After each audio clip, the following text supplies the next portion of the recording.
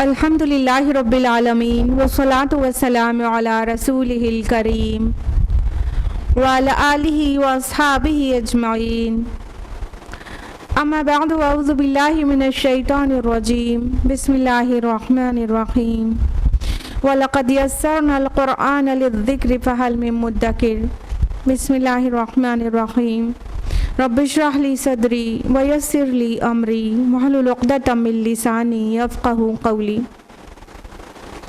मेरी अज़ीज़ सामियात, दर्स कुरान मजीद में आप सभी का तहे दिल से खैर मक़दम है।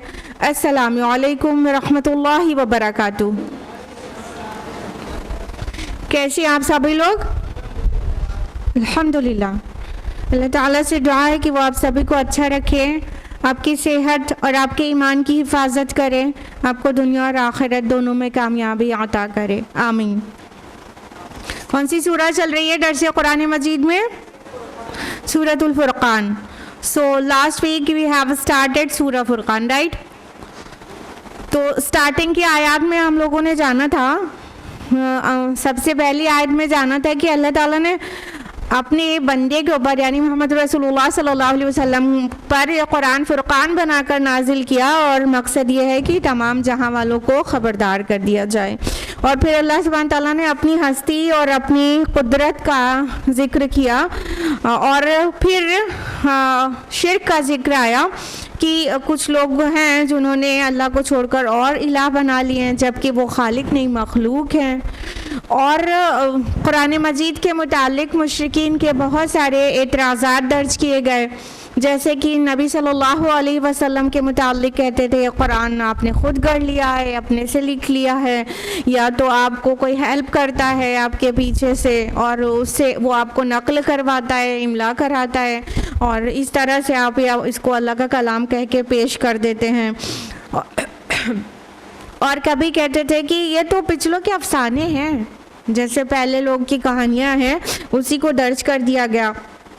तो अल्लाह सुब्हान ताला ने फरमाया कि नहीं, इसको उसने नाजिल किया है जो ज़मीन और आसमान के छुपे खुले सारी चीज़ को जानता है। और अजीब सिली इनके आर्ग्यूमेंट्स होते थे नबी सल्लल्लाहु अलैहि वसल्लम की सिंसियर दावत के जवाब में।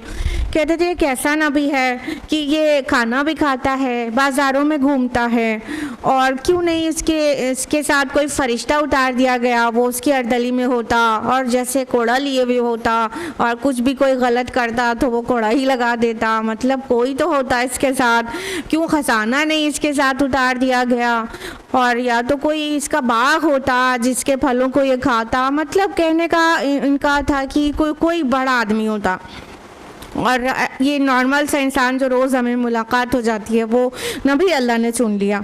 तो अल्लाह ताला कहते हैं देखो कैसे बेसर पैर की मिसालें ये पेश कर रहे हैं और ये सीधे रास्ते पे नहीं आने वाले।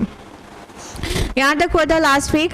मूविंग टूवर्ड्स आय नंबर 10 ऑनवर्ड्स, तो आय नंबर 9 तक का शॉर्ट रिविज़न करा दिया हमने। आय नंबर 10 है सूरतुल फुरकान की। अऊज़ु बिल्लाहि मिनश शैतानिर रजीम। बिस्मिल्लाहिर रहमानिर रहीम। तबारकल्लज़ी इन शाअ जअल लका खैरम मिन ज़ालिक। बड़ी ही बाबरकत है वो हस्ती जो अगर चाहे तो आपके लिए इससे कहीं बेहतर चीज़ बना दे। जन्नातिन तजरी मिन तहतिहल अनहार व यजअल लका क़ुसूरा। ऐसे बागात जिनके नीचे नहरें बहती हों और आपके लिए महल्लात तामीर कर दें। अब अल्लाह सुब्हानहू व तआला ने इसका ये जवाब दिया, ये जो छोटी छोटी सी चीज़ कह रहे थे कि बाग होता, ख़जाने होते, क्यों महल नहीं हो गया इसका, तो अल्लाह ताला कह रहे हैं अल्लाह ताला की ज़ात बहुत बरकत वाली है। तबारक वर्ड फिर आया है, जैसा कि आय नंबर 1 में आया था तबारकल्लज़ी नज़्ज़ल फ़ुरक़ान अला अब्दी। यहाँ पे फिर तबारक वर्ड आया है, लास्ट टाइम बहुत अच्छी तरह से एक्सप्लेन किया गया है। तो यहाँ पर जो तबारक वर्ड अपनी मीनिंग दे रहा है वो ये है कि अल्लाह सुब्हानहू व तआला की ज़ात हर तरह के खैर से पुर है, और ये उसके लिए मामूली बात है कि वो इससे बड़ी बड़ी चीज़ें जो ये कह रहे हैं वो अपने नबी को दे दें। कहने का मतलब अल्लाह सुब्हानहू तआला की कुदरत में है ईच एंड एवरीथिंग कि अल्लाह ताला अपने नबी के ऊपर निछावर कर दे। और ये भी माना समेटे हुआ है तबारक वर्ड कि अल्लाह ताला की ज़ात इससे पाक है कि वो कुछ करना चाहे और ना कर पाए। तो अल्लाह ताला चाहे तो बिल्कुल ऐसा कर सकते हैं कि ये क्या छोटी चीज़ें कह रहे हैं। अल्लाह ताला चाहे तो बागात ऐसे हों जिनके नीचे नहरें बह रही हों और बड़े बड़े महल्लात अल्लाह ताला इनके लिए अपने नबी के लिए दे दे, मगर ये जो मकसद दावत है वो फौत हो जाने वाला है।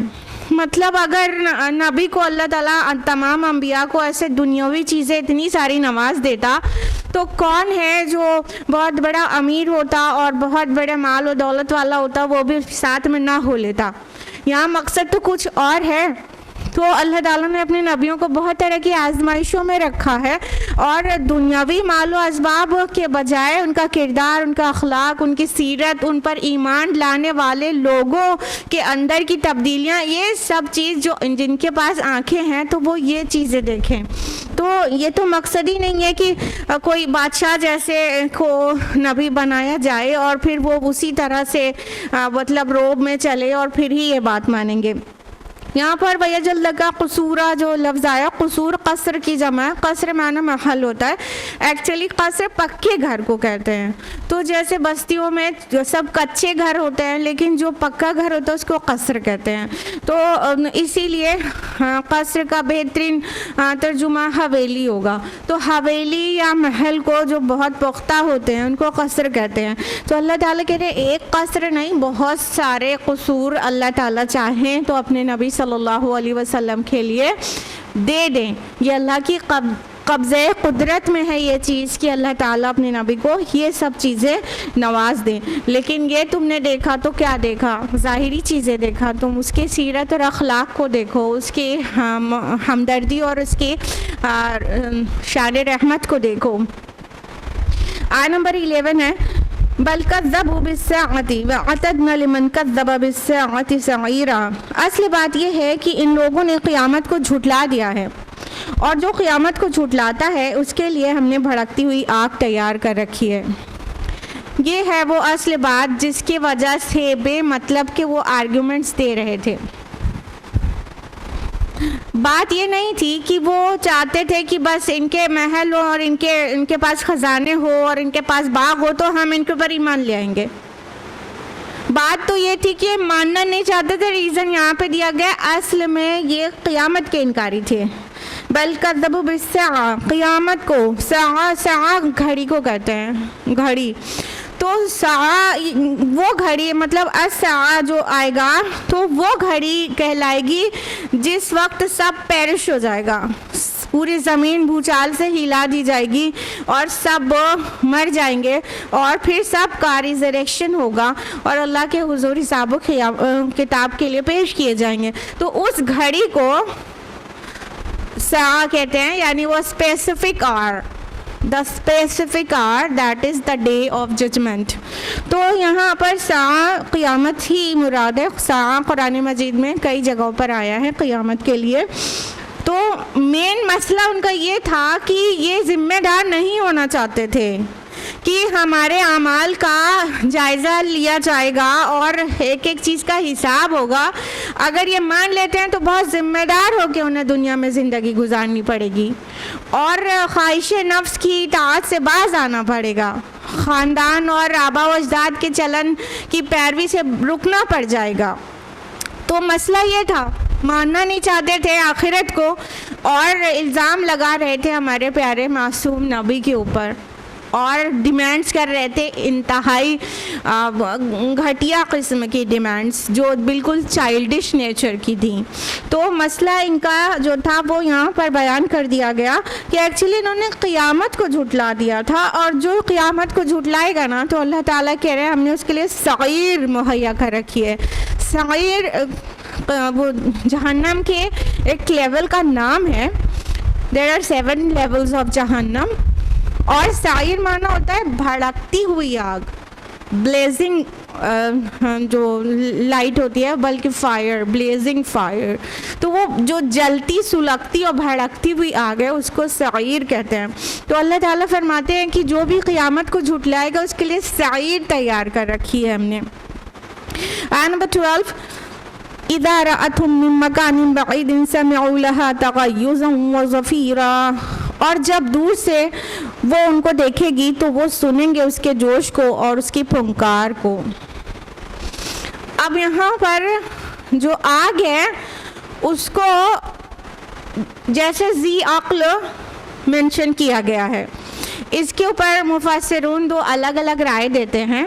कुछ मुफस्सिरून के नज़दीक ये मजाजी अंदाज है, जैसे कभी कभी हम किसी चीज़ को भी ऐसे बोल देते हैं जैसे वो ज़ी अक्ल हो। और हम बहुत सारे स्कॉलर्स और बहुत सारे मुफस्सिरून ये कहते हैं कि नहीं, एक्चुअली जो जहन्नम की आग है ना वो ज़ी अक्ल है, उसे शऊर है, वो अल्लाह के दिए हुए शऊर से ऐसा करेगी कि जब दूर से देखेगी ना मुजरिमों को तो वो मुजरिम उसका दहाड़ना और उसकी फुंकार मारना अपने कानों से सुनेंगे।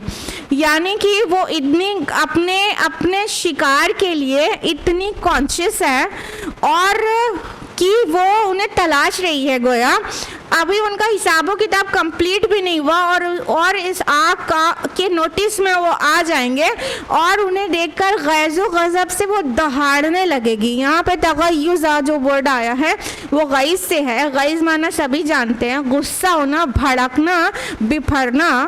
और वो ज़फ़ीर आया है, ज़फ़ीर एक्सेल करने को एक्चुअली करते हैं। जब इंसान बहुत ज़्यादा गुस्सा होता है तो उसका गुस्सा फुंकार की शक्ल में बहुत तेज़ तेज़ एक्सेल करने लगता है, सांस को बाहर छोड़ता है। तो या तो इंसान के बजाय इसको एक शेर से इमेजिन करिए कि जब शेर बहुत भूखा हो और गोश्त के टुकड़े को दूर से आते हुए करीब अपने देखे कि उसका खाना आ रहा है और बहुत बेतहाशा भूखा है, तो वो दहाड़े मारेगा और ज़ोर ज़ोर से भूकेगा। तो ऐसे बहुत ज़ोर से नाराज़ होकर, गुस्सा होकर जो फुंकार मारी जाती है, यानी एक्सेल जो आवाज़ के साथ होती है, वो जहन्नम की आग करेगी। यानी गुस्से से वो मतलब एक्सेल करेगी, जिसकी आवाज़ को वो मुजरिम जो अभी जहन्नम में पहुँचे भी नहीं है, अभी आग करने वाला बने भी नहीं है, वो वहाँ से सुन रहे होंगे। तो इस कदर गज़बनाक होगी वो जहन्नम, वो आग उनके ऊपर। लहा से पता चल रहा है कि ये जो ज़मीर है वो फेमिनिन की है, तो मतलब आग के लिए बात हो रही है। आग, नार, ये अपने आप में फेमिनिन जेंडर है। आयत नंबर 13 में फरमाया वइज़ा उल्क़ू मिन्हा मकानन दय्यक़न मुक़र्रनीन दअू हुनालिका सुबूरा। और जब वो फेंक दिए जाएंगे उसकी एक तंग जगह में, जंजीरों में जकड़े हुए, तो उस वक्त वो मौत को पुकारेंगे। ये पूरे मंजर कशी की गई है, पूरी पिक्चराइज करके आपको सोचने की दावत दी जा रही है कि ज़रा सोचो कि अल्लाह और आखिरत का इनकार करने वाले का अंजाम क्या होगा, ज़रा सोचो। तो बताया गया कि वो जो जहन्नम होगी वो ऐसे कोई बड़ा सा हॉल नहीं होगी कि एक यहाँ पर है दूसरा वहाँ पर है, इतनी तंग जगह होगी और मुजरिम ऐसे नहीं उसमें डाले जाएंगे, जंजीरों में जकड़े हुए डाले जाएंगे। जंजीरों की पैमाइश के भी मुतालिक कई अहादीस हैं।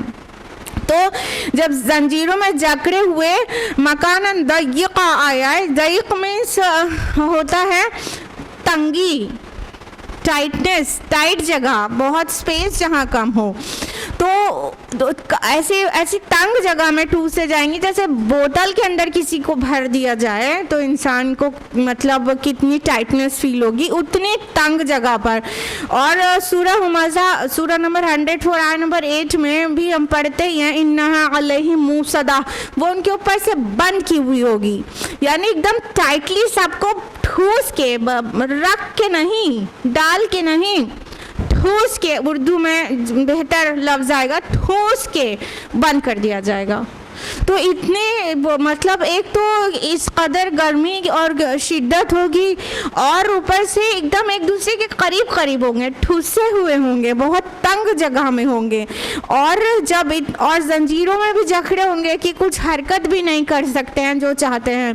तो इस तरह से मुजरिमों का हाल होगा। तो फिर उन्हें क्या महसूस होगा कि कोई मौत आ जाए, बस किल me please, kill me out ना, ये फीलिंग आएगी। तो वो क्या करेंगे, मौत को पुकारेंगे कि बस अब मौत आ जाए। क्योंकि इंसान दुनिया में ये जानता है ना कि जब तकलीफ ज़्यादा बढ़ जाती है तो मौत जो है दर्द का हद से गुजर जाना है, दवा हो जाना। तो जब बहुत ही ज़्यादा तकलीफ होती है तो लगता है कि चलो मौत ही आ जाएगी, तो हमारा इलाज वही है कि इस तकलीफ से निजात मिल जाएगी। तो हाँ, इंसान इसीलिए ऐसे वक्त में मौत को याद करने लगता है, नहीं भी चाहते हुए मौत को याद करता है।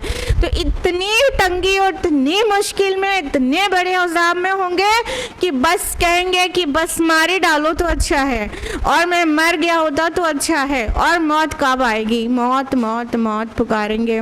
देन क्या जवाब दिया गया, आयत नंबर 14, ला तदउल यौम सुबूरन वाहिदा वदउ सुबूरन कसीरा। तब उनसे क्या कहा जाएगा, आज एक ही मौत को ना पुकारो बल्कि बहुत सारी मौतों को पुकारो।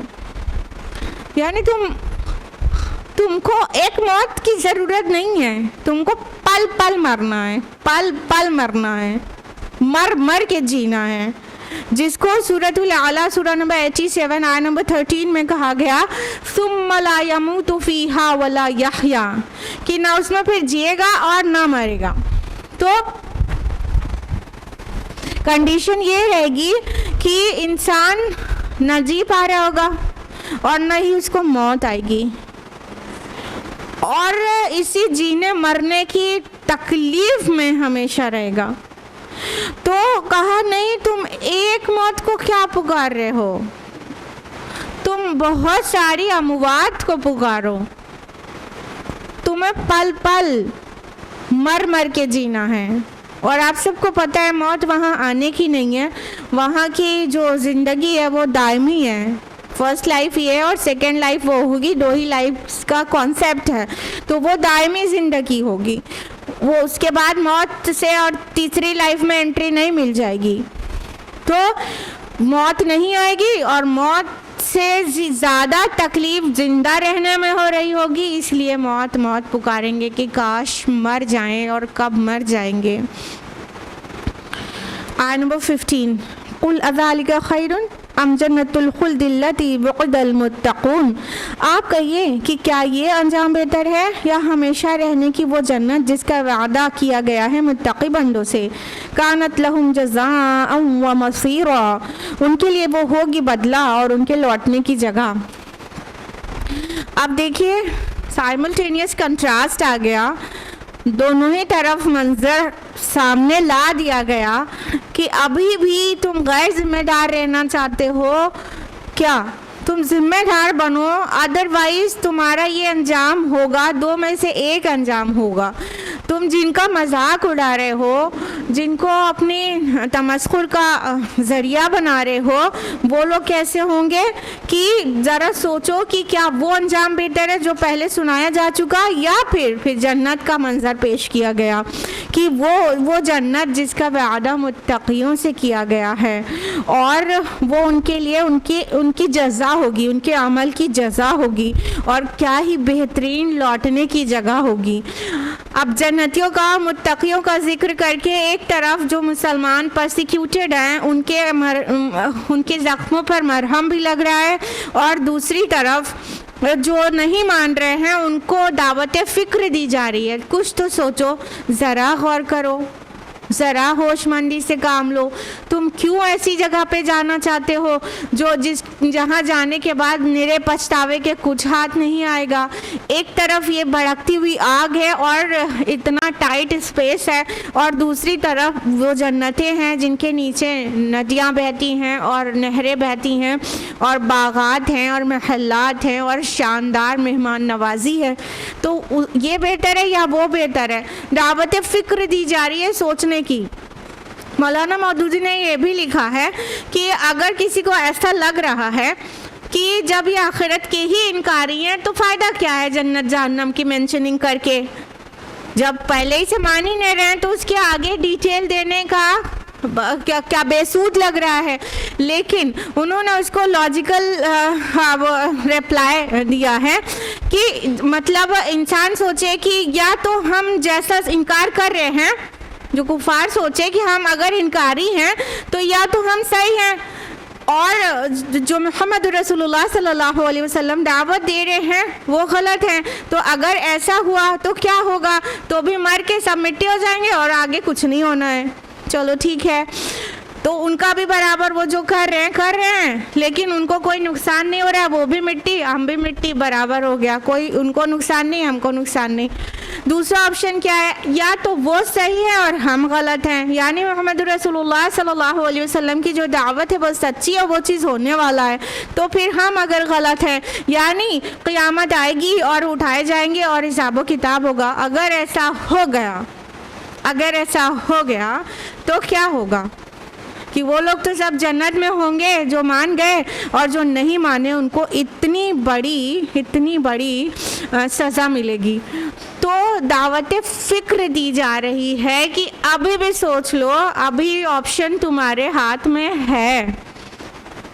थोड़ी देर के लिए अपने को गलत सोच के देखो, फिर उसका जो नतीजा आएगा तो क्या उसके लिए तुम तैयार हो? लिहाजा यहाँ पर जन्नत और जहन्नम की मेंशनिंग उनके लिए भी की जा रही है जो सिरे से आखिरत के इनकारी हैं। तो आगे उसकी खूबी बयान की जा रही है जन्नत की। आयत नंबर 16 में लहुम फीहा मा यशाऊन खालिदीन, उनके लिए उसमें हर वो शय होगी जो वो चाहेंगे और वो उसमें रहेंगे हमेशा हमेश। काना अला रब्बिका वअदम मसऊला, यह आपके रब के ज़िम्मे एक वाजिबुल अदा वादा है। अब जन्नत की दो खूबियाँ बयान की जा रही हैं। अव्वल कि वहाँ उसमें हर वो चीज़ होगी जो वो चाहेंगे।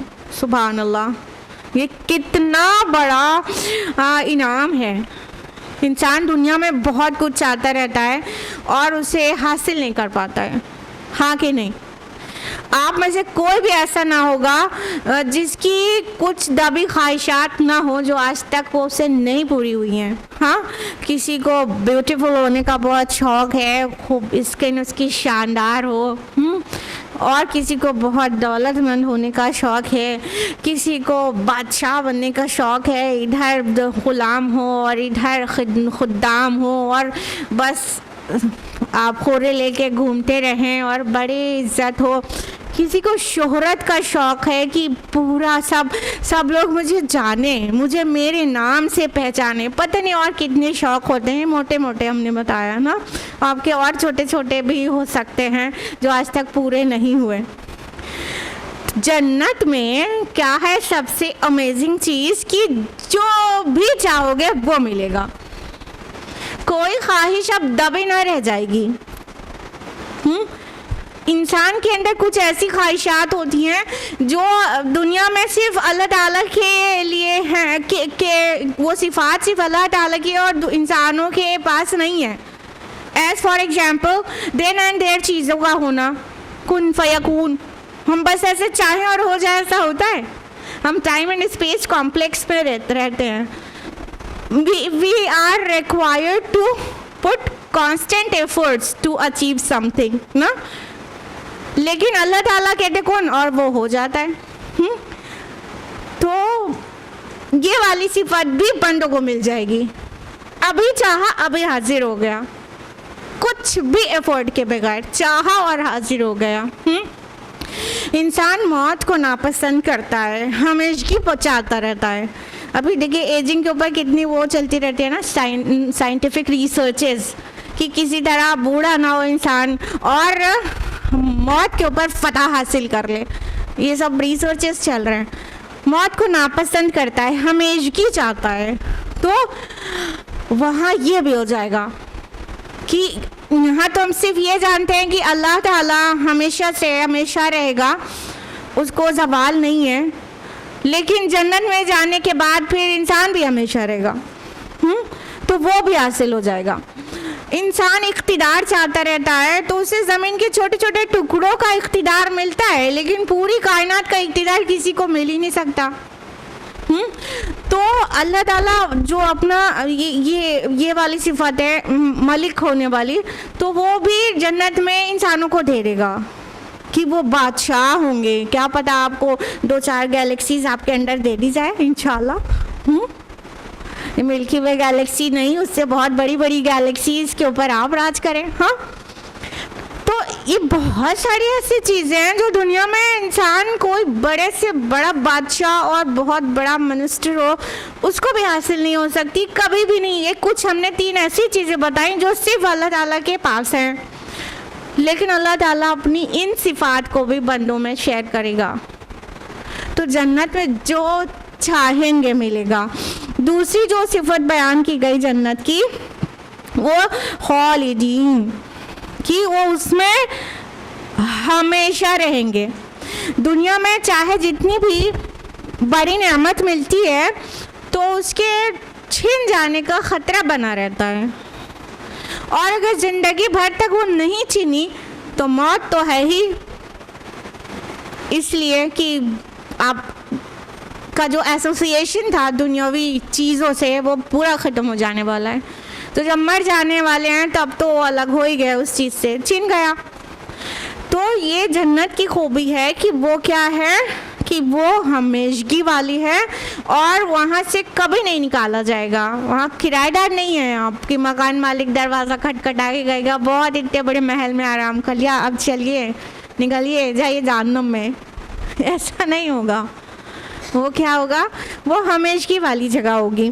तो एक तरफ जहन्नम की टाइटनेस और उसका जो अजाब है, उसका जो टॉर्मेंट है, उसको पूरा पिक्चराइज करके आपको दिखा दिया गया। दूसरी तरफ जन्नत के मज़े 2 अल्फाज में ही बता दिए गए, जो चाहोगे मिलेगा और हमेशा रहेगा।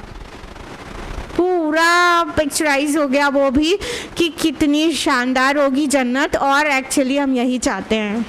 तो दोनों का डिफरेंस समझ में आ गया। अब हाँ, मिलेगा कैसे?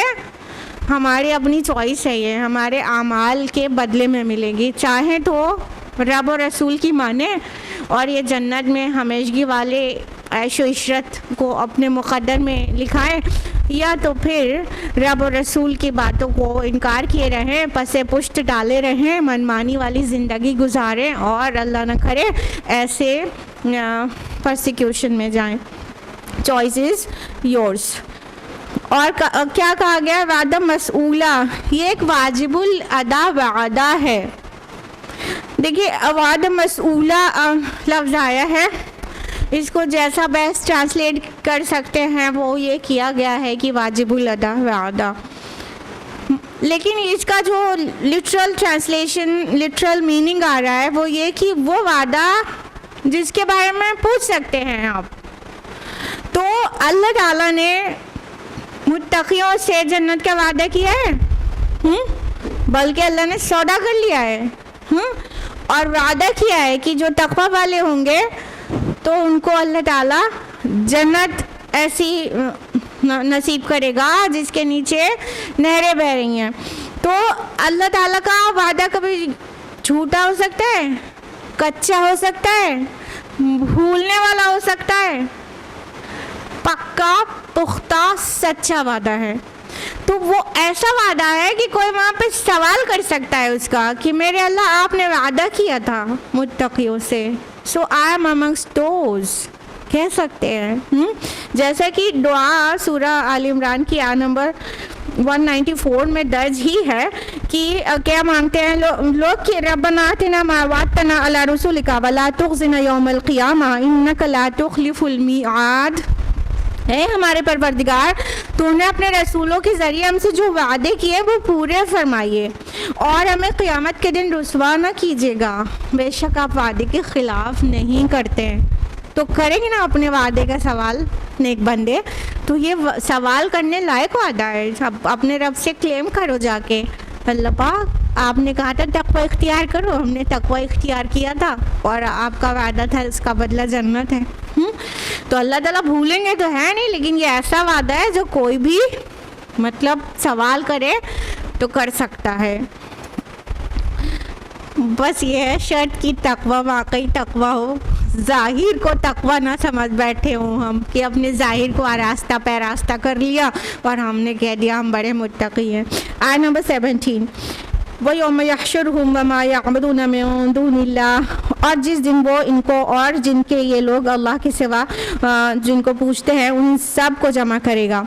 फ़यक़ूलु अअंतुम अज़ललतुम इबादी हाउलाई अम हुम दल्लुस सबील, और फरमाएगा क्या मेरे उन बंदों को तुमने गुमराह किया था या वो खुद ही रास्ते से भटक गए थे। अब देखिए अल्लाह सुब्हानहू व तआला उन सारे लोगों को जिनको अल्लाह के अलावा पूजा जाता है जमा करेंगे, इकट्ठा करेंगे और उनसे एक मुकदमा सा लगा रहेगा ना, पूरी अदालत है वहाँ पर, तो ये सारी चीज़ें अदालत की तरह से प्रोसीड होंगी। लिहाजा उसमें ये मौका भी आएगा कि जितने औलिया अम्बिया फरिश्ते बुजुर्गान दीन जो भी लोग अल्लाह के अलावा इबादत किए गए हैं उन सब को अल्लाह ताला रोज़ आखिरत जमा करेंगे और उनसे भी पूछेंगे। मतलब उन्होंने तो कहा नहीं था कि हमारी इबादत करो, मगर वो एक अदालती कार्रवाई होती है ना, तो अदालती कार्रवाई की शक्ल में उनको जमा करके उनसे पूछा जाएगा कि क्या तुमने मेरे इन बंदों को गुमराह किया था और कह दिया था मेरी इबादत करो। जिस तरह मसीह अलैहिस्सलाम से अल्लाह ताला उनकी कौम के सामने उनको एज अ प्रोसिक्यूशन विटनेस खड़ा करेगा और पूछेगा, जिसकी मंजरकशी की गई है सूरह माइदा सूरह नंबर 5 आयत नंबर 141 में 142 कि अल्लाह ताला कहेंगे कि ए मसीह इब्न मरियम अंत कुल्त लिन्नास इत्तखिज़ूनी व उम्मी इलाहैन मिन दूनिल्लाह, ए मसीह इब्न मरियम क्या तुमने इन लोगों से ये कह दिया था कि मुझको और मेरी माँ को तुम माबूद बना लेना अल्लाह को छोड़कर। तो मसीह अलैहिस्सलाम कहेंगे कि अल्लाह पाक की बात मेरे लिए कैसे रवा थी, अगर मैंने कही होती तो आपको मालूम होती। मैंने इनसे कुछ भी नहीं कहा था सिवाय इसके जिसका मुझे हुक्म दिया गया था, और मैंने इनसे कहा था उअबुदुल्लाह रब्बी व रब्बुकुम, इबादत करो अल्लाह की जो मेरा रब्बी है और तुम्हारा रब्बी। तो इस तरह मसीह अलैहिस्सलाम को पूछा गया ना, अल्लाह को मतलब पूजा जा रहा है। ईसा अलैहिस्सलाम अल्लाह के बंदे हैं, लेकिन उनको अल्लाह का बेटा, अल्लाह का जुज़, अल्लाह का हम पल्ला कहकर उनकी इबादत की जाती है कि वो गॉड हैं, सन ऑफ गॉड हैं। और जितने औलिया फरिश्ते ये सब को अल्लाह जमा करेंगे, उनसे पूछेंगे तुमने कहा था मेरी इबादत करो, तुमने इन लोगों को गुमराह कर दिया था, तो या ये खुद ही राह से भटक गए हैं। तो वो सब के सब क्या जवाब देंगे? आयत नंबर 18 में बताया क़ालू सुब्हानक मा कान यंबग़ी लना अन नत्तख़िज़ मिन दूनिका मिन औलिया, वो कहेंगे तू पाक है, हमारे लिए ये रवा नहीं था कि हम तेरे सिवा किसी को अपना वली बनाते।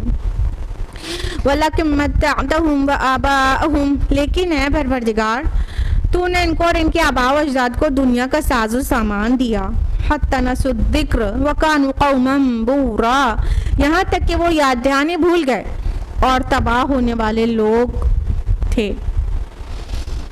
तो जब वो तमाम नेक लोग से जो एक्चुअली खुद नेक हैं, अंबिया हैं, औलिया हैं, फरिश्ते हैं, वो लोग उनसे अल्लाह ताला सवाल करेंगे कैसे भटक गए, क्या आपने इनको भटका दिया, आपने कह दिया हमारी इबादत करो, तो वो कहेंगे अल्लाह पाक आप पाक हैं, हम आपकी पाकी बयान करते हैं कि आपके अलावा किसी को भी आपके इबादत में शरीक बनाएं, अपने को बनवाएं।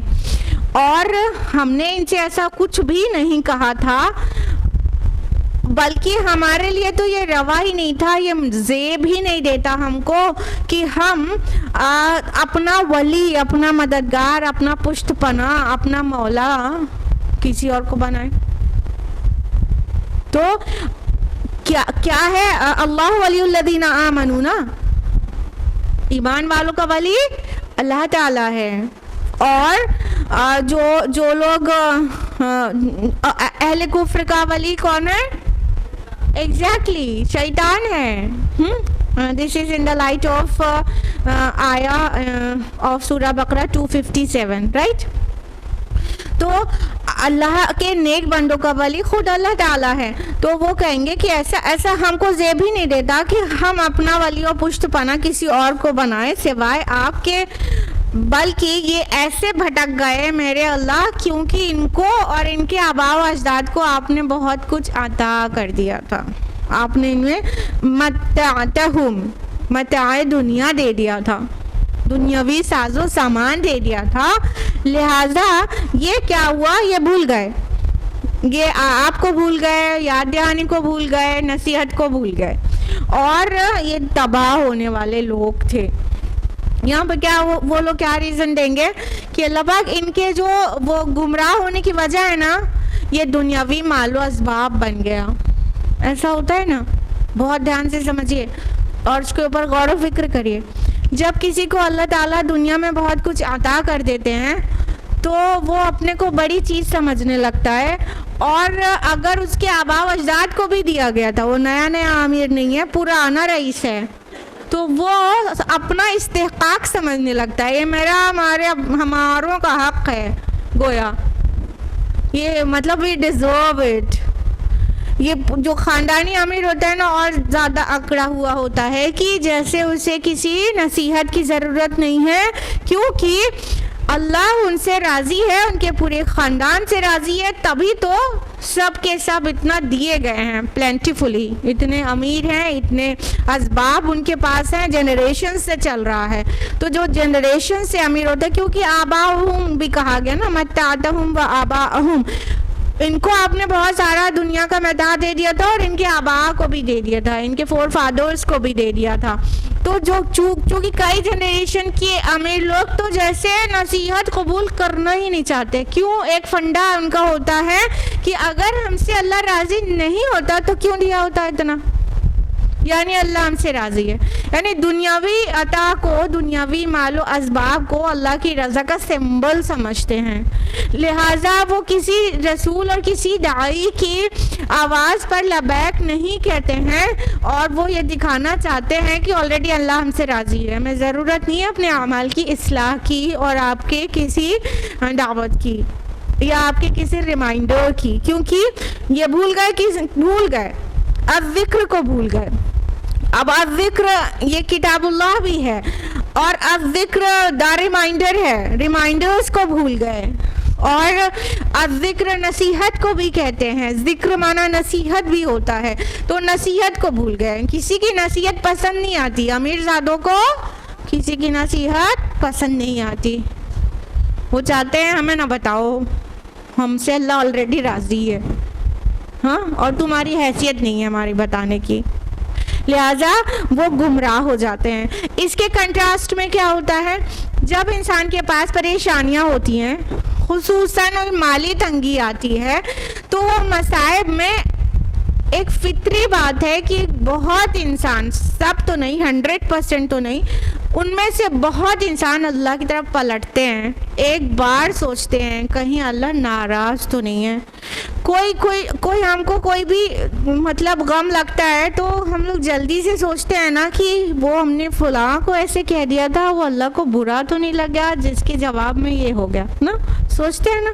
जब परेशानी आती है तो अल्लाह की तरफ जल्दी पलटते हैं।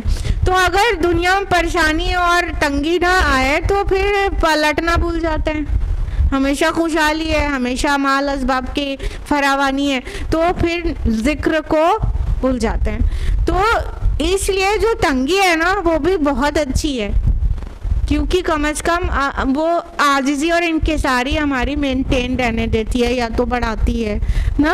और अगर कभी परेशानी नहीं आए तो अल्लाह याद भी नहीं आता हम जैसे, कम अज़ कम हम लोग जैसे लोगों को। बहुत आसानी में जाते हैं तो फिर गफलत हो जाती है। क्यों? तो अल्लाह ताला को अल्लाह के वो नेक बंदे ये जवाब देंगे, अल्लाह पाक आपने इनको बहुत अता कर दिया था ना माल व असबाब दुनिया का, उसी में ये गाफिल हो गया, वो भूल गए आपको और ये बिल्कुल तबाह होने वाले लोग थे। अच्छा, ये किसको एड्रेस किया जा रहा है? जो गुमराह है और किन के मुताल्लिक किया जा रहा है? जो नेक लोग हैं, अंबिया, औलिया, फरिश्ते वगैरह। लेकिन ये जो आयत बिगिन हो रही है ये कह रही है कि वयौम यहशुरुहुम वमा यअबुदूना, हम जब उन सब को जमा करेंगे जिनको अल्लाह के अलावा पूजा गया, तो जिनको नहीं कहा गया, जो कहा गया, जो पूजा गया, क्योंकि माँ आया है, माँ जो के लिए आता है गैर ज़विल उक़ूल के लिए, और जब इंसानों के लिए ज़विल उक़ूल के लिए आना रहता है तो मन आता है, मन जो वो मतलब इंसानों के लिए ज़विल उक़ूल के लिए। तो यहाँ पे माँ आया है, ऐसा लगेगा आगे भूतों की बात होने जा रही है, नहीं, वो इंसानों की बात होने जा रही है, मगर माँ आया है।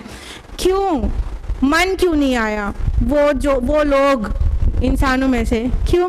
क्योंकि अल्लाह ताला के सामने कोई हैसियत नहीं है किसी की भी, अगरचे वो इंसानों में से रसूल ही क्यों ना हो। अल्लाह की बुजुर्गी, अजमत, बड़ाई उसकी मखलूक उसके हम पल्ला हो ही नहीं सकती है। लिहाजा जब किसी ज़विल उक़ूल की भी हिकारत बयान करना हो तो उसे किसी चीज़ या किसी गैर ज़विल उक़ूल से मिसाल दी जाती है। जिस तरह इस लैंग्वेज जो हमारी मदर टंग है उर्दू, उसमें भी ऐसा हम करते हैं कि वो क्या चीज़ है ऐसे बोल देते हैं ना, वो कौन है नहीं बोलते। किसी की हिकारत बतानी होती है तो ये नहीं कहते वो कौन है, कहते थे वो क्या है, कहते हैं ना। इसी तरह अरबी ज़ुबान में भी होता है। लिहाजा यहाँ मन के बजाय माँ आया है, माँ याबुदूना, जो पूजे जाते हैं। आयत नंबर 19, फ़क़द कज़्ज़बूकुम बिमा तक़ूलून, तो उन्होंने झुटला दिया तुम्हारी इन बातों को। फमा तस्ततीऊन सर्फ़न वला नसरा, तो अब ना तुम्हारे बस में है अज़ाब को लौटाना और ना ही मदद। फमन यज़लिम मिनकुम नुज़िक़ु अज़ाबन कबीरा, और जो कोई तुम्हें से जुल्म का मुर्तकिब हुआ है हम उससे चखाएंगे अब बहुत बड़ा अज़ाब।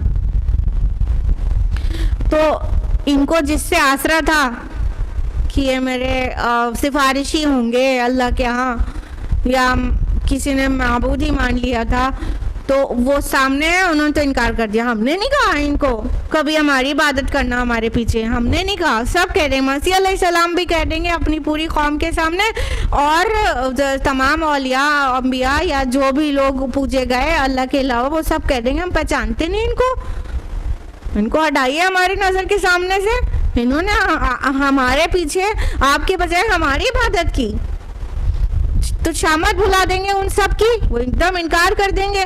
तो अब तो हेल्पलेस हो गए ना सब, उन्होंने तो इनकार कर दिया इनका।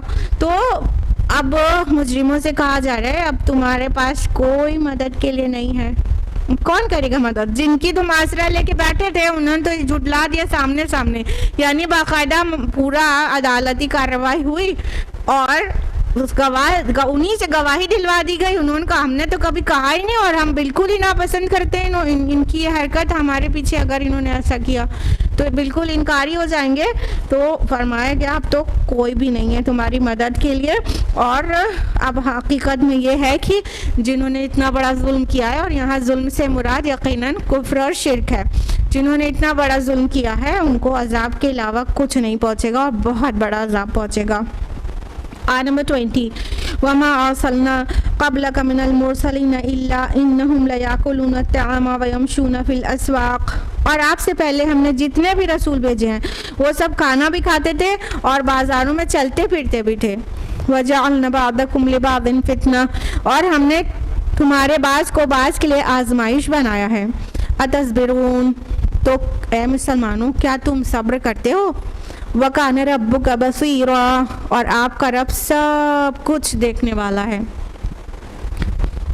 अब अल्लाह सुब्हान ताला उस बात का जवाब दे रहे हैं जो हमारे नबी के मुतालिक उनका सिली आर्ग्यूमेंट था कि ये तो बाज़ारों में चलता है, कैसे रसूल है, खाना भी खाता है, बाज़ारों में भी चलता है। तो अल्लाह सुब्हान ताला ने अब उसका जवाब दिया है कि ऐसा कोई रसूल भी नहीं हुआ जो खाना नहीं खाता या बाज़ारों में घूमता, ज़रूरत पड़ने पर बाज़ार में उसने शॉपिंग नहीं की हो। नहीं, हमारे सारे रसूल ऐसे थे। और ये तुम अपने को दीन इब्राहिमी पर कहते हो, आए मुखातब अव्वल कुरान मजीद के अहले मक्का, तुम अपने को दीन इब्राहिमी पर कहते हो, तो इब्राहिम भी ऐसे थे, इस्माइल भी ऐसे थे, और उसके अलावा वो जो तुम जानते हो मूसा के बारे में, ईसा के बारे में, ये तमाम अंबिया अलैहिमुस्सलाम के बारे में तुमने सुना है, जानते हो, ये सब भी चलते थे। कैसा सवाल है? सभी ऐसे थे जो खाना भी खाते थे, सभी ऐसे थे जो ज़रूरत पड़ने पे बाज़ार भी जाते थे। लेकिन क्या है कि हमने तुमको बाज़ को बाज़ के लिए आजमाइश बना दिया, तुम दोनों को एक दूसरे के लिए आजमाइश बना दिया। अब दोनों आजमाइश कैसे हैं? देखिए, कुफार के लिए नबी आजमाइश ऐसे हैं कि कुफार को जो हिडन चीज़ें हैं वो उनको देखना मांगते हैं कि हमने कभी फरिश्ते को नहीं देखा तुम्हारे साथ, हमने जो तुम वादा कर रहे हो हमको लगता नहीं है वो होने वाले क़यामत, और आसमान के हक़ाइक़ उनके सामने पोशीदा है, कुछ खुला नहीं है। तो नबी की दावत उनके लिए एक बहुत बड़ी आजमाइश है। और देखा जाए तो है भी, क्योंकि ईमान लाना है गैब पर ना, गैब पर ईमान लाना है, तो गैब की तरफ बुला रहे हैं। तो वो नबी और उसकी दावत कुफ़ार के लिए या उनके एड्रेसीज के लिए बहुत बड़ी आजमाइश है। और दूसरी तरफ ये कुफ़ार नबी के लिए और मुसलमानों के लिए आजमाइश हैं। क्यों इतना सताएंगे आपको कि आप हक की तरफ इनको बुला रहे हैं, लेकिन ये आपको सताएंगे, ये आपको सताते हैं, आपको टॉर्चर करते हैं, आपको प्रोसिक्यूट करते हैं, आपके ऊपर जो लोग ईमान ले आते हैं उनको अपने जुल्म और अताब का शिकार बनाते हैं, तरह तरह से परेशान करते हैं और तरह तरह के बुहतान लगाते हैं। इन सब को बर्दाश्त करना मुसलमानों और नबी के लिए एक आजमाइश है ना। लिहाजा दोनों ही तरह के लोग एक दूसरे के लिए आजमाइश हैं। अल्लाह ताला ने कहा हमने बाज़ को बाज़ के लिए आजमाइश बना दिया। अतस्बिरून, अब मुसलमानों को एड्रेस करके कहा जा रहा है कि क्या तुम सब्र करोगे? यानी ये आपके लिए जो आजमाइश बने हुए हैं कि मुसीबत कर देते हैं। मक्का के कॉन्टेक्स्ट में देखें तो अपने ईमान का इजहार करना एक बहुत बड़ी क़ियामत अपने लिए मोल लेना था। जाके बोलो किसी को कि मोहम्मद पर ईमान ले आए, अभी वो पिल पड़ेगा। तो इतना मुश्किल वक्त से गुजरना है, तो तुमको जिस तरह से भी ये लोग सता रहे हैं, क्या तुम उस पर सब्र करोगे? और तुम एक बात और जान लो, वकान रब्बुका बसीरा, क्यों जो तुम्हारा रब है ना वो सब देख रहा है। यानी ये जख्मों पर मरहम है कि तुम कितनी मुश्किल से मान पा रहे हो अपने रब की, अल्लाह ताला देख रहे हैं। कितना सताए जा रहे हो, अल्लाह ताला देख रहे हैं। और तुम सेल्फ डिफेंस में भी हैंड रेस नहीं कर रहे हो, अल्लाह ताला देख रहे हैं। तो तुम्हारा रब तुम्हें देख रहा है, डोंट वरी, बस तुम सब्र करो। और क्या करोगे? और पीछे जो वादे तुम किए गए जन्नत के, उसके लिए तुम ये सब्र करोगे। तो सब्र करो और अल्लाह ताला देख रहा है, और जो तुम्हें सता रहा है उसको भी देख रहा है। उसको क्या मिलेगा उसके लिए भी तैयारी है वहाँ पे सारी। तो तुम सब्र करो। आयत नंबर 21, वक़ाल अल्लज़ीना ला यरजूना लिक़ाअना लौला उन्ज़िला अलैनल मलाइका, और कहते हैं वो लोग जो हमारी मुलाकात के उम्मीदवार नहीं कि क्यों नहीं उतारे जाते हम पर फरिश्ते। औ नरा रब्बना, या हम खुद अपने रब को देखें। लक़द इस्तकबरू फ़ी अनफ़ुसिहिम वअतौ उतुव्वन कबीरा, उन्होंने अपने आप को बहुत ज़्यादा तकब्बुर किया और वो बहुत बड़ी सरकशी के मुर्तकिब हुए। अब इतने बड़े बड़े उनकी डिमांड्स आने लगी कि जो, और कहा गया कौन लोग जो हमारी मुलाकात के उम्मीदवार नहीं है, जिनको एक्सपेक्टेड नहीं है कि उनको हमसे मिलना है, वो लोग क्या करते हैं कि कभी कह देते हैं हम पर फरिश्ते क्यों नहीं नाजिल होते, तुमको ही क्यों चुना अल्लाह ताला ने अपना पैगाम देने के लिए, हम पर इंडिविजुअली एक एक फरिश्ता क्यों नहीं भेजा, हमारे सामने फरिश्ता क्यों नहीं आया कि वो हमें प्रीच करे। और अल्लाह माफ़ करे कि इतनी बड़ी डिमांड कि औ नरा रब्बना, हमने अपनी आंखों से देख क्यों नहीं लिया अल्लाह ताला को। झुरझुरी आनी चाहिए बदन में इतनी बड़ी डिमांड करने के लिए कि हम अपने रब को ही सामने से देख लें, अल्लाह मियाँ आ जाए और कहें देखो ये जो हमारा नबी कह रहा है ना वो सही कह रहा है। ये डिमांड कर रहे थे। अल्लाह ताला ने कहा कि इन्होंने अपने आप को बहुत बड़ा आका है, ये अपने को बहुत बड़ा समझने लगे हैं और बहुत तकब्बुर किया और बहुत सरकशी के मुर्तकिब हो गए। बहुत बड़ी बात है जो इन्होंने कह डाली है, बहुत बड़ी डिमांड है जो उन्होंने रखी है कि अपनी आंखों से अल्लाह को देखना चाहते हैं। हमारी आंखों में वो ताकत नहीं है कि हम अल्लाह को देख पाएंगे। जब अल्लाह ताला हमको बतौर जज़ा अपना जलवा दिखाएगा तो वो आंखें दूसरी होंगी जो उसे देख पाने का ताब ला सकेंगी। अभी हमें जिस टेस्ट के लिए यहाँ दुनिया में रखा गया है उसमें ये जो हमारे चेहरे पे धसी दो आंखें हैं वो इस लायक नहीं है कि हम अल्लाह ताला को देख सकें। लेकिन तकब्बुर में इंसान कहाँ से कहाँ पहुँच जाता है और क्या क्या कहने लगता है।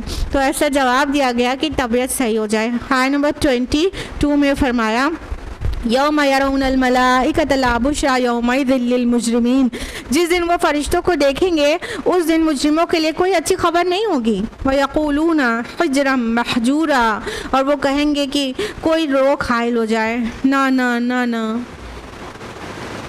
अल्लाह ताला कहेंगे अच्छा फरिश्तों को देखना चाहते हैं, देखेंगे, लेकिन जिस दिन ये फरिश्तों को देखेंगे वो उनकी कोई गुड न्यूज़ नहीं होगी।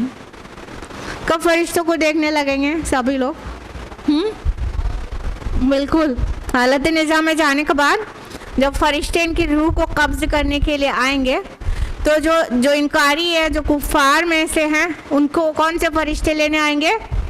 रहमत के कि अजाब के? अजाब के फरिश्ते। बस उनको देखा और छक्के छूटेंगे। मतलब फरिश्तों को देखना चाहते हैं, ठीक है, ये अनकरीब फरिश्तों को भी देख लेंगे, लेकिन जिस वक्त देखेंगे अपनी उनकी शामत हुई होगी उस वक्त कि वो देखेंगे तो उनके लिए कोई गुड न्यूज़ लेके नहीं आएंगे फरिश्ते। तो फरिश्तों को चैलेंज मत करें कि फरिश्तों को देख लें। फरिश्तों को देखने वाला दिन इनके लिए बहुत बुरी खबर का दिन होगा, अच्छी खबर नहीं होगी, इनके लिए कोई गुड न्यूज़ नहीं होगी फरिश्तों को देखना। तो फरिश्तों के देखने का इंतज़ार ना करें, उनसे डिमांड ना करें कि हम फरिश्तों को देखें। जिस दिन देखेंगे तो क्या हालत होगी? वयक़ूलूना हिज्रम महजूरा, ये एक फ्रेज़ है हिज्रम महजूरा। हजर माना पत्थर होता है, पता है ना, हजर माना पत्थर होता है। तो इमेजिन कीजिए ये फ्रेज़ इस तरह से बना है, ये कहावत है इस तरह से बना है जैसे कोई आर्मी हो, कोई अटैक कर रहे है सामने से, तो क्या करेगा इंसान? पत्थर के पीछे छुप जाएगा और कहेगा no no no no no please stop stop ना, अपने को बचाने के लिए नो नो नो नो करने लगेगा ना। वो उस वक्त उस जगह पे ये बोला जाता है। तो कह रहे हैं और जब वो फरिश्तों को देखेंगे ना, नहीं नहीं हाय शामत मेरी, रुक जाओ, नहीं नहीं नहीं नहीं, बस बचा लो, कोई कहीं से बच जाए, किसी आड़ के पीछे चला जाए। ये कंडीशन होगी उसकी उस दिन जिस दिन फरिश्तों को देखेगा। तो उनका दिमाग सही हो जाएगा उस दिन, जो फरिश्तों को देखने की बात कर रहे हैं, देखेंगे फरिश्तों को, मगर हालत क्या होगी? छुपने के लिए भागेगा, नहीं नहीं नहीं नहीं प्लीज़ प्लीज़, नहीं नहीं स्टॉप स्टॉप स्टॉप, ऐसे एकदम गिड़गिड़ाने लगेगा। आयत नंबर 23 वक़दिमना इला मा अमिलू मिन अमलिन फजअलनाहु हबाअम मंसूरा, और हम आगे बढ़ेंगे उनके हर अमल की तरफ जो उन्होंने किया होगा और कर देंगे उसे उड़ता हुआ गुबार। अल्लाहु अकबर। ये बहुत ही डरने का मकाम है कि इंसान कोई अच्छे काम भी करे और उसका अज्र उसे रोज़ आखिरत ना मिले। उसी चीज़ की यहाँ पे पिक्चर दिखाई गई है कि जो लोग ईमान नहीं लाते वो कुछ तो कभी तो अच्छे काम करते हैं ना, बहुत बार करते हैं। तो जो उनके और अमाल हैं उसका भी उन्हें कोई अज्र नहीं मिलेगा, बल्कि अल्लाह ताला उनके अमाल की तरफ बढ़ेंगे और उसे गुबार की तरह उड़ा देंगे। कहने का मतलब उसका कोई उन्हें रिजल्ट पॉजिटिव नहीं मिलेगा, वो बिल्कुल इस तरह से हवा में उड़ जाएंगे जैसे हवा अम मंसूरा कहा गया। हवा डस्ट पार्टिकल्स को कहते हैं। जब धूप में आप देखते हैं, पतली सी धूप में कहीं से गुजर रही हो तो उसमें बहुत सारी डस्ट उड़ती हुई दिखती है ना, उसको कहते हैं हवा। तो और मंसूरा उड़ता हुआ, पूरा गंदा फैला हुआ, बिखरा हुआ। तो किसी का कोई अमाल होंगे अच्छे लेकिन ईमान नहीं था दिल में, तो ऐसे डस्ट पार्टिकल्स की तरह बखेर दिया जाएगा रोज़े आखिरत, और उसका कोई बदला वो नहीं दिया जाएगा, कोई उसका इनाम नहीं दिया जाएगा कि चलो मेहमान नवाज तो था, चलो हाजियों की खिदमत करता था, चलो कोई का एक्सीडेंट हो गया था उसको हॉस्पिटल पहुंचाया था, कुछ तो अच्छे काम होंगे ना, लेकिन उसका कोई वज़न कायम नहीं होगा। सूरह इब्राहिम में इसको इस तरह से आयत नंबर 18 में मेंशन किया गया है, मसलुल लज़ीना कफ़रू बिरब्बिहिम आमालुहुम करमान इश्तद्दत बिहिर रिह फी यौमिन आसिफ, कि मिसाल उन लोगों की जिन्होंने कुफ्र किया अपने रब के साथ, उनके अमाल ऐसे होंगे जो जैसे राख हो और जिस पर ज़ोरदार हवा चले आंधी के दिन, और उन्हें कुछ कुदरत नहीं होगी उन आमाल में से जो भी उन्होंने कमाए होंगे। मतलब जैसे आंधी के दिन हवा चली और अपना कुछ सरमाया था जो रेत के पार्टिकल्स की शक्ल में था या राख की शक्ल में था, उसको हवा उड़ा ले गई, ख़त्म हो गया, निकल गया हाथ से। और आपको पता है कि सूरह नूर में उसको इस तरह से अमालुहुम का सराब कहा गया, उनके अमाल मिराज की तरह हैं, यानी जो रेत में डेजर्ट में इंसान को जो रेत चमकती हुई नज़र आती है और तो प्यासा उसे समझता है पानी है और उसका ही पीछा करने लगता है और वो पानी नहीं होता, यानी एक धोखा होता है मिराज की तरह। तो ये जो इंसान अल्लाह की नहीं मान रहा है, उसमें जो अच्छे काम भी किए हैं लेकिन दिल में ईमान नहीं है अल्लाह पर, रसूल पर और आखिरत पर, तो उसके अमाल सब रायगा हो जाएंगे, even they were good in this world. आयत नंबर 24, अस्हाबुल जन्नत यौमइज़िन खैरुम मुस्तक़र्रम व अहसनु मक़ीला, जन्नत वाले उस रोज़ बहुत अच्छे ठिकानों में होंगे और उनके क़ैलूला करने की जगह भी बहुत ही अच्छी होगी। अब आखिरत में क़यामत के दिन जो जन्नत वाले होंगे ना, वो लोग ऐसे परेशान नहीं होंगे, यानी जो पूरा क़यामत की मंजरकशी कुरान में की गई है, खौफ और घबराहट और धूप और गर्मी और डर और परेशानी, उन सब से अल्लाह ताला अपने मुत्तकी बंदों को महफूज रखेगा। एक हदीस में आता है कि अल्लाह के नबी सल्लल्लाहु अलैहि वसल्लम फरमाते हैं कि मतलब मोमिन को वो ऐसा महसूस होगा जैसे एक नमाज का वक्त होता है। तो इतना जो पहाड़ जैसा दिन होगा और इतनी गर्मी और इतनी परेशानी, वो जन्नती लोग जो होंगे जिनका डेस्टिनेशन जन्नत है, वो महशर में भी इतना परेशान नहीं होंगे, बल्कि उनकी वहाँ की जगह भी बड़ी अच्छी होगी। क्या पता टेंट लगा हुआ हो, क्या पता टेम्परेरी सा कुछ उनके लिए शेल्टर हो जहाँ पे वो आराम से रहें। हाँ, तो बहरहाल कहा उनके लिए टेम्परेरी तो है, अभी तो हिसाब हो रहा है, अभी तो डेस्टिनेशन जन्नत या जहन्नम है, अभी तो हिसाब हो रहा है। तो जो टेम्परेरी ठिकाना है उसको मुस्तक़र कहा गया, मुस्तक़र। और अहसन मक़ीला, मक़ीला जो क़ैल से है, जिसे क़ैलूला बनाए, तो जो आफ्टरनून नैप होती है उसको क़ैलूला कहते हैं ना। तो वो आराम करेंगे, मतलब वो थोड़ी ही देर उन्हें महसूस होगा जैसे थोड़ी ही देर वो वहाँ पे रुके, वो आराम की हालत में होंगे। ये महशर क्या मंजर कशी है नेकों के लिए। तो सब कुछ अमाल पे डिपेंड करता है कि हम चाहे तो इतनी आसानियों और इतनी रहमतों में हो और चाहे तो इतने अजाब और इतनी हिकारत में हो। अल्लाह ताला से दुआ है कि वो हम सभी को तौफीक दे कि हम कुरान मजीद पढ़े, समझे, गौर व फिक्र करें, अमल करें और दूसरों तक पहुँचाएँ और इसके हर तालीम को अपनी ज़िंदगियों का हिस्सा बना लें ताकि हम नाकाम होने वालों में से ना हो और हम अहले जन्नत में से हो जाएं। आमीन या रब्बल आलमीन। व आखिर दावाना अनिल हम्दुलिल्लाहि रब्बिल आलमीन। वस्सलामु अलैकुम व रहमतुल्लाहि व बरकातुहू।